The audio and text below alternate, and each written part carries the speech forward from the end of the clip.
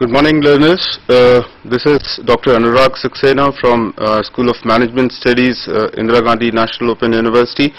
And my task in the next 3 sessions would be to take you on a tour to the course called MS7, which is Information Systems for Managers. This is the first update teleconferencing session on this topic, and we are not going to discuss what is already given to you in the self-instructional materials, but we would like to update those concepts with the help of few cases and few advancements in the field of information technology, and we would like to give you some case studies from the industry so that you can appreciate the role which information technology is playing in the modern business world. With me is Professor G. N. Patel, who is a Professor of Operations Management at Birla Institute of Management Technology, BIMTech, Greater Noida. Welcome, Professor Patel. And just to tell you a brief about Professor Patel, he has done his MSc in Applied Mathematics in 1978 from REC, Rourkela. He has done MPhil from Indian School of Mines, Dhanbad, and a PhD in Operational Research from Sambalpur University. He has done a faculty development program from Indian Institute of Management, Ahmedabad, and he is an avid researcher, and he has published around 50 papers in national and international journals. He has guided 4 students for PhD in business management, and presently he is a professor with BIMTech at Greater Noida. So, Professor Patel would take you on a tour to 2 important concepts and topics in information technology, and also I'll be filling some gaps by giving you some interesting stories and a case where everything went wrong for a company. So, this is what we are going to discuss in the 3 sessions, and then all these 3 sessions would be open for questions, because if you feel that you have to ask a question, you are most welcome anytime. The numbers would be flashed on your TV screens, and please ask questions. We'll be very happy to answer that. With this, I would like to hand over to Professor Patel so that he takes you further in this session. Professor Patel, please. Thank you, Professor Anurag. So, good morning, viewers. Today we will be discussing the importance of the information technology for the managers, how they are taking decisions in the turbulent corporate world. So, before doing all this, we should have some knowledge about how the information technology has advanced in the last 50 years.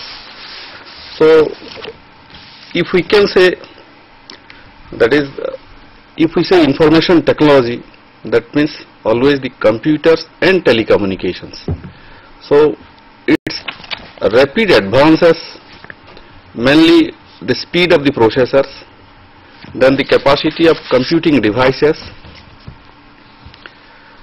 Okay. Then it is coupled with the internet, the digital storage devices that are available with computers, then wireless and portable devices, and then the multimedia facilities available, making major changes in the way we live and work. So, we will be discussing a few over this, and after this one we will be discussing the case studies through which you can know how a manager takes his decision in favor of his corporate. So, for last 50 years what we have done, initially mainly the corporate world using the data processing, initially, that is, and the name itself was business data processing. Then later on the name changed, that management information systems, what you know, that is how the informations help them to take decisions for the efficiency of their corporation. And then later on, now the name itself is coined as the information systems, instead of because of we say specifically it is system because it combines the technology, the people involved in it, the processes, and then the organizational mechanism for improving organizational performance of their corporate specifically. So now we will emphasize mainly on these things. The first one is the internet. So whenever we say the internet, it means the technical infrastructure that enables the e-economy in the internet. So whenever the e-economy, we means that is the e-commerce or e-business. Then that means here the internet itself is a global network of networks. This gives the interconnectivity, as you know, most of you know, you are using it also. This gives the interconnectivity among everyone on the earth with the ability to communicate each other electronically and transfer multimedia files, how huge may be it be, access informations around the world at the touch of a button in the blink of an eye. So, and now what we are doing, the second part, that what I have emphasized as the new economy. So here the computers are used mainly in 1950s, but now we are in e-business. We will be discussing what is e-business and e-commerce, but the mainly difference between the e-business and e-commerce are, e-business we can say doing business of any kind electronically. This has much to do with consumers and enterprises. But e-commerce normally, that is limited sense only the buying and selling electronically. This is the basic difference between the e-business and e-commerce. So if we move into actually how can we define e-business, how it helps, and what are the drives for the growth of the e-business. So first we can say that is the e-business started with the commercialization of internet and its relation to the use of IT for conducting business. So mainly it affects, that is the cost structure and geographic limit, and then the internet has that the network system that is mainly on the geographic limit, geographic location are no more. That means that has been overcrossed by this internet. Then we can reach any part of the world quickly and inexpensively. That is the important part, quickly and inexpensively. So new terms here we say it is the e-commerce and e-business. That what we discussed as e-commerce, that is only the selling and buying of the product, but e-business, that is business to customers. So the use of IT has followed the following evolutions, if we can say, that is improving internal processes and structure of a firm. Whenever we require e-business, then we have to change the structure of the organizations, and then it improves the product, services and relationship with customers. So the next we can say that is the improving relationship with other organizations also, not only with the customers. So we can say it is as the relationship between the other organizations and the competitor organizations also, or they are different locations, they are different units located at different parts. So now we can define e-business. This is as the e-business can be defined as the use of internet to conduct business transactions.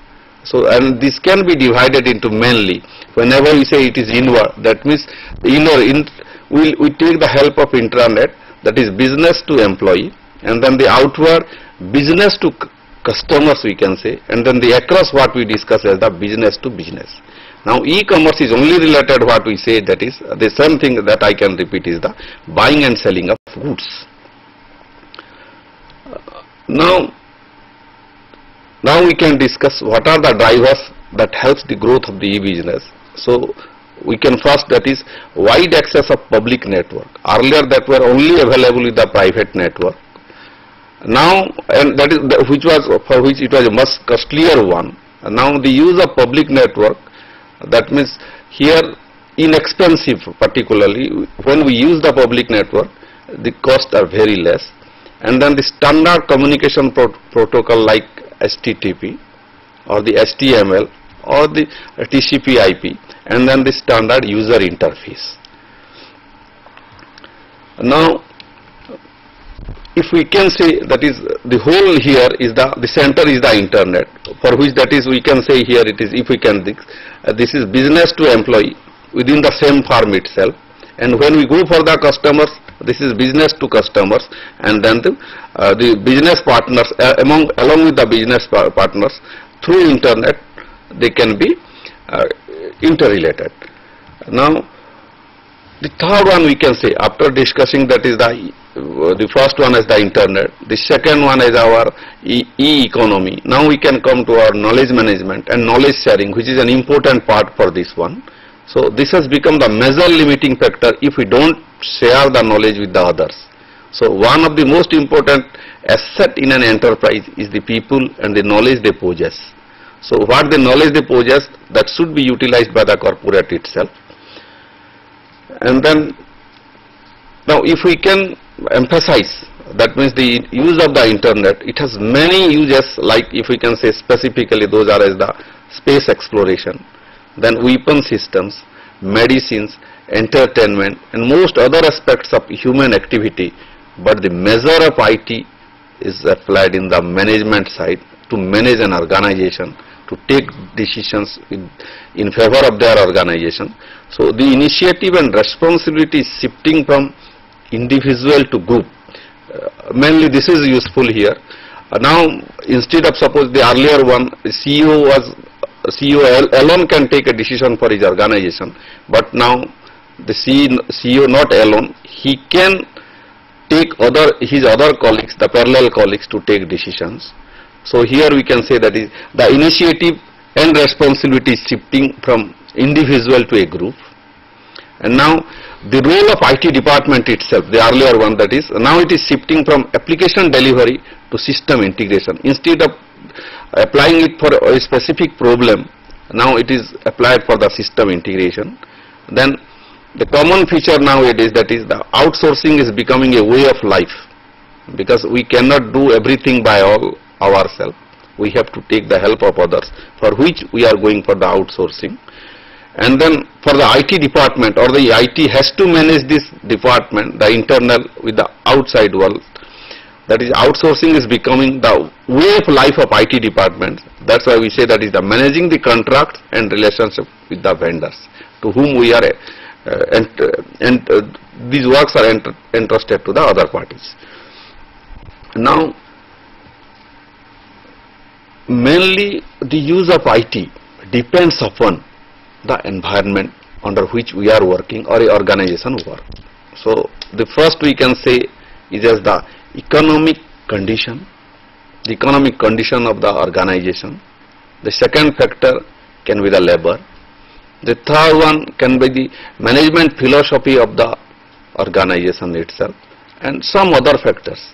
So if we can say the aspects, that is the organization environment can be divided broadly into two categories. The first one is the external forces, which force the executives to re-examine the competitions. They have to compete with the others. So if for the external forces, they always has to re-examine their strategy. And then the internal structure force, the second one we can say, that affect the way of organizations operate and manages this thing. So mainly here we are doing the environment is broadly that has been categorized as the external forces and then the internal structural forces. Then now if you can say external, if we can discuss this external business environment, that means we can see on any newspaper on any day that this rising and falling of companies, then deregulating of the regulated markets, and then the mega mergers of industries. Now IT can help in such turbulent world, turbulent corporate environment, because it allows the information to flow faster. Now here what we are taking, the main changes taking place in the marketplace now, if we are coming over the marketplace, then the first is the new digital economy. So this new digital economy we can say in the form of B2C, that is business to consumer.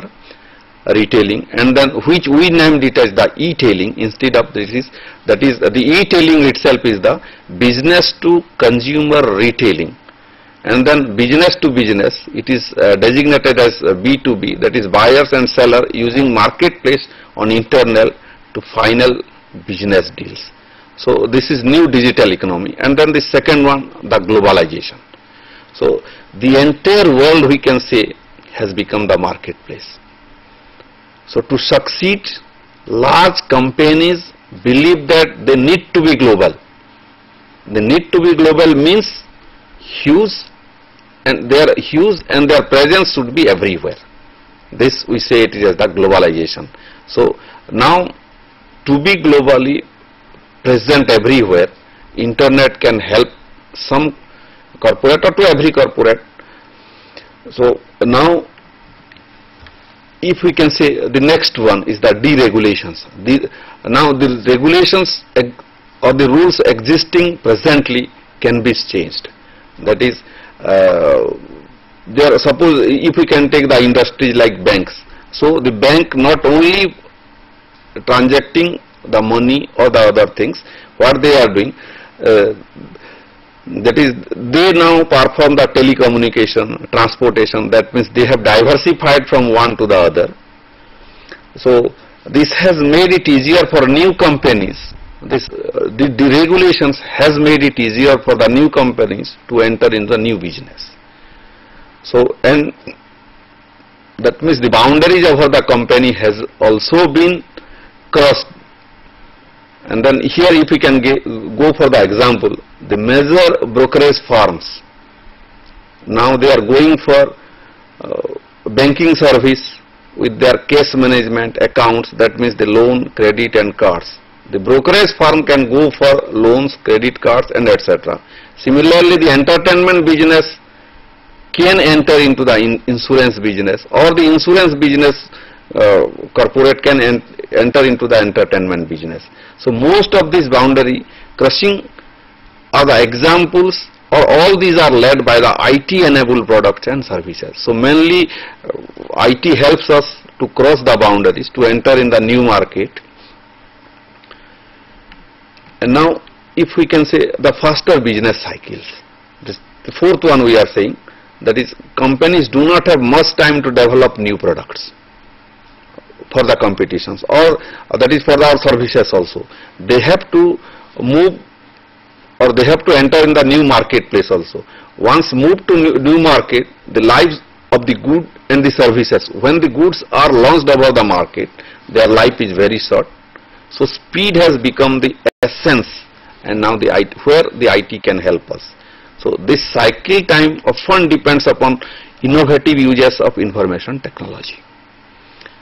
Now if we come to now the organizational environment, so the first one is the internal organizational environment. So that is the art of managing people. The art of managing people who are working under the corporations is particularly a difficult task.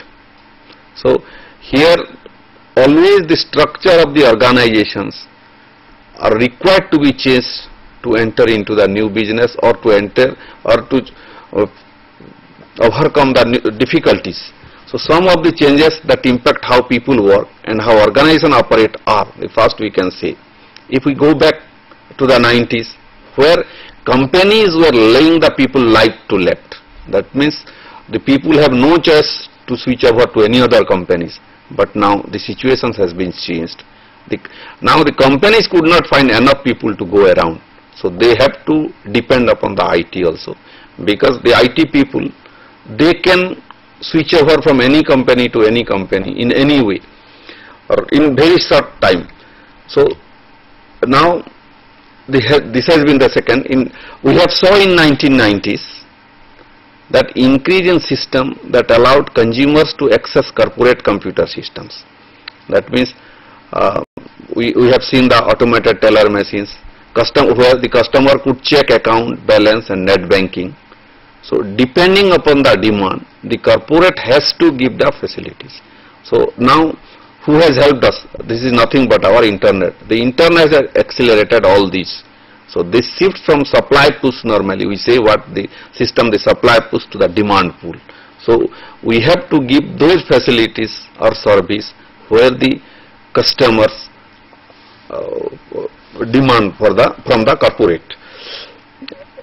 Now if we can see the second one, the executives or the people where they are working, they have to work in team, not in individually.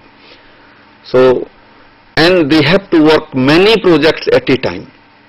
So the communication technology has helped to work at any time, anywhere with a laptop, either you are moving or anywhere, or with the help of the cellular phone and then the modem. So with all these laptop or cellular phone or modem, you can work at anywhere, sitting at any place, whether by moving in a train or sitting in your office. You can monitor at of a work at a distance place. So people are working in their preferred geographical location. They are not bound to sit in a, they are not bound to move. They can sit in a single location and then can monitor all these. Now the second, the last, here we can discuss the outsourcing and the strategic alliance. Now to become more competitive, the organizations are examining which work to be done by them, which can be given to the others. That means here what is to be done internally and which can be done by the others externally. And now, so when the works are to be done by externally, to monitor all these, whether we have, what we have discussed earlier, those as the monitoring of the vendors. So through information technology, the corporate, normally the executives, they are controlling the vendors and then for any complex situations also. Now if we can come, the next one is the technology environment. Now the technology also changing over the time. So now that is the organizational performance, the efficiency of any organizations depends upon the use of IT. So the IT has helped a particular organizations to improve the efficiency. Now the IT evolutions is described now. The IT evolutions what we are discussing, it can broadly be classified as that is the evolution on hardware, the evolution in software, the data, and then the communication. So if we are coming to the hardware, we have seen in 50 to 60s, the main hardware concerns of data processing managers were machine efficiency and technological developments. But whereas in there, that is batch processing was predominant with online system emerging later. And then hardware was centralized by that time, often in large showcase behind glass walls. But if we come to mid-70s, the processing power increases and the central site actually, instead of the main frame, we can say the mini computers developed. And in 80s, in the advent of PCs, the personal computers accelerated far behind the expectations. Now we can see the desktops, laptops are faster and contains more memory than centralized mainframe of just few years ago. These PCs and desktops are working as client-server model to interact with the web. So with the help of PC, not necessarily now the mini computers or the mainframe, with the PC that what we are using today, the PC can function as the client-server and we can interact with the web through these PCs. So the development in hardware towards mobile and handheld devices is led by mainly now what we can say, this is by the telecom companies and then the handheld computer manufacturers. Now if we can come after these hardware trends, if we can come to the software trends, that is the early dominance was mainly in the software part, improving the productivity of in-house programmers. Normally what we are doing, we in the early days, the program, all the corporates, they were keeping the programmers themselves who write the program for the company for a specific use. Occasionally they were using the outside service such as time sharing services or application packages for this, or contact programming from independent software houses. They take contact earlier, occasionally they were taking help, but the application development there remained under the purview of the information systems manager. Now later on, the modular and structural programming techniques extended to life cycle development methodologies and software engineering with goals of introducing rigorous project management, what we say here. Now the whole program, the whole problem has been divided into different parts. The different parts are coded by different programmers, and later on they were integrated for the use of, that is for any project, for the management of the project. So getting use more involved in early stages of development, that is a programmer normally they were involved themselves only for this development of the software. Then the next one, if we can say, that is the purchase of software become viable alternatives. Then this software to support, next is the decision support system, that is the decision making, report generation, and then database enquiring shifted from programmer to end users. So earlier what the only, if we can ask something or if we can have to retrieve something, then it was only the programmer. But now you can see any end user can inquire, can ask the query and get the answers from the database. So end users develop their own system on their PCs using languages like Visual Basic, later stage. But now it is what in 1990s what we have seen, that is the trends of ERP, that is enterprise resource planning, that is a single source of data of the organization for financial, manufacturing, then the human relations and other modules, all available under a single point. So what we say, that is the different modules of the SAP. So like hardware, software is also migrating to be network centric. As we have seen the hardware as the coming, that is the decentralizations. Now the software is also the network centric, or it is available under the different hardware. Now software is rented rather than bought, and we can think now instead of purchasing a software, because it is changing so fast, you can go for the rent. Now if we can come over, then next one is the data trends. Now as like this, the file management, earlier one, that is the file management for individual applications, then we move to corporate data files to serve several applications simultaneously.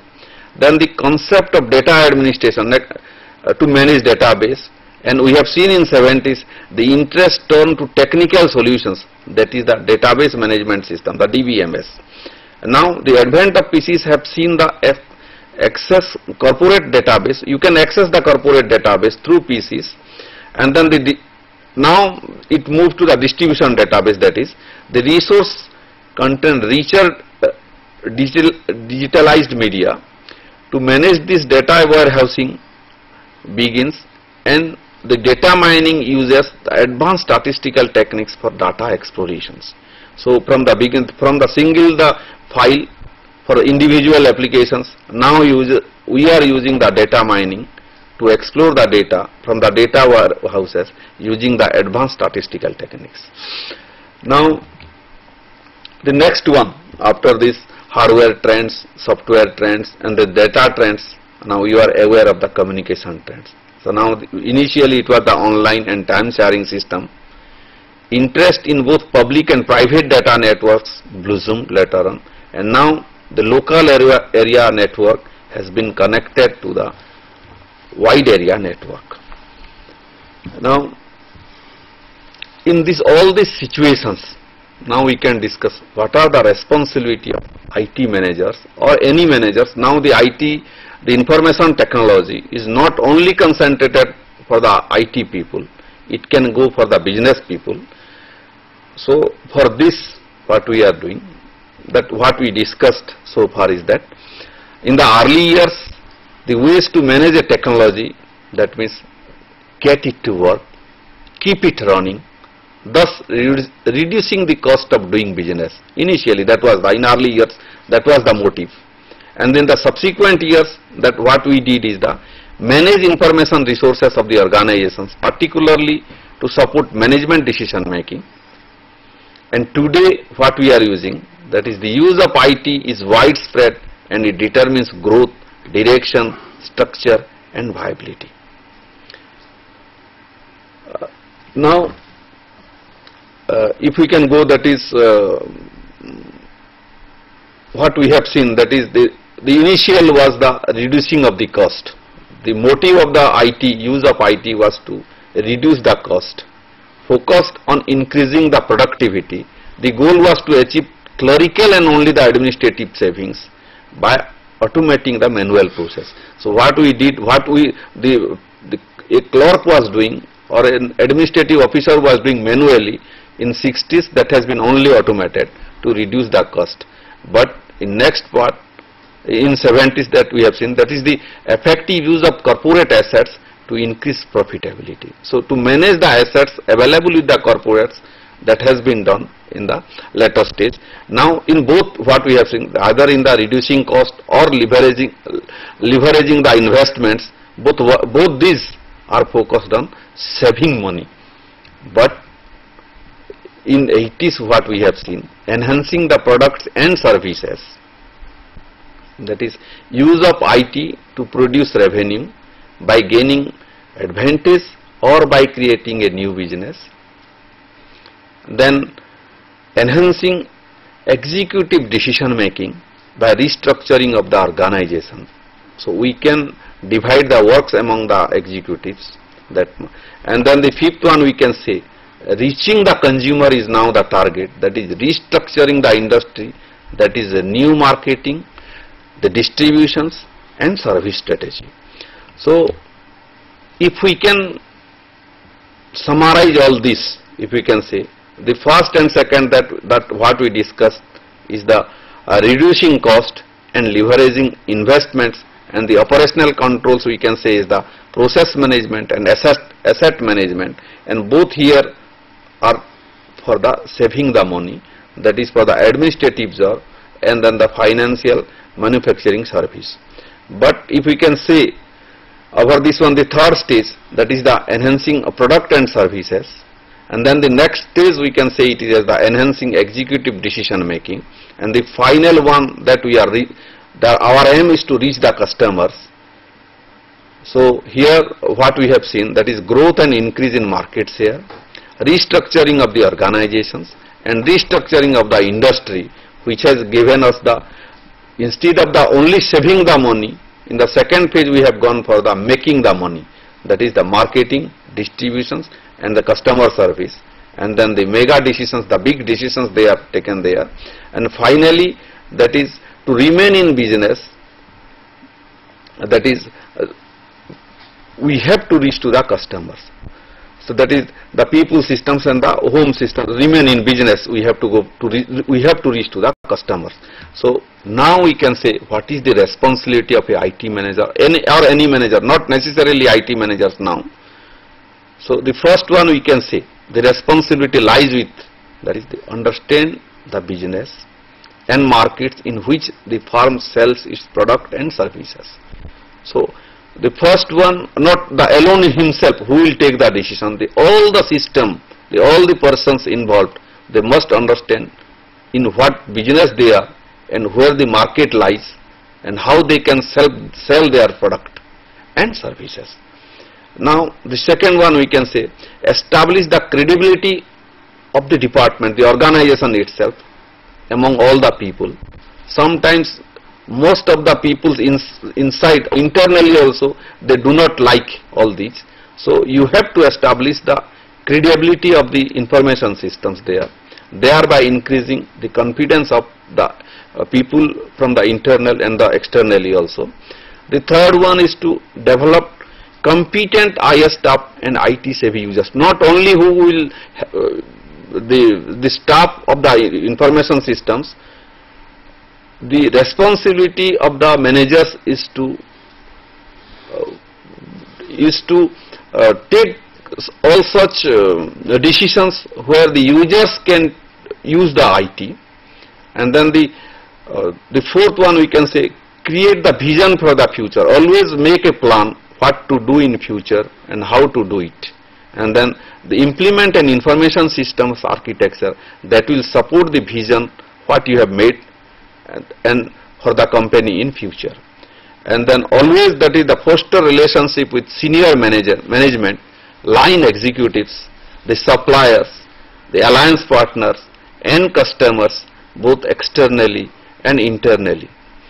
And then so the responsibility here, all these as a manager you have to do it, only not to know what is the information technology, how to utilize is the responsibility of all the managers, not only the IS managers.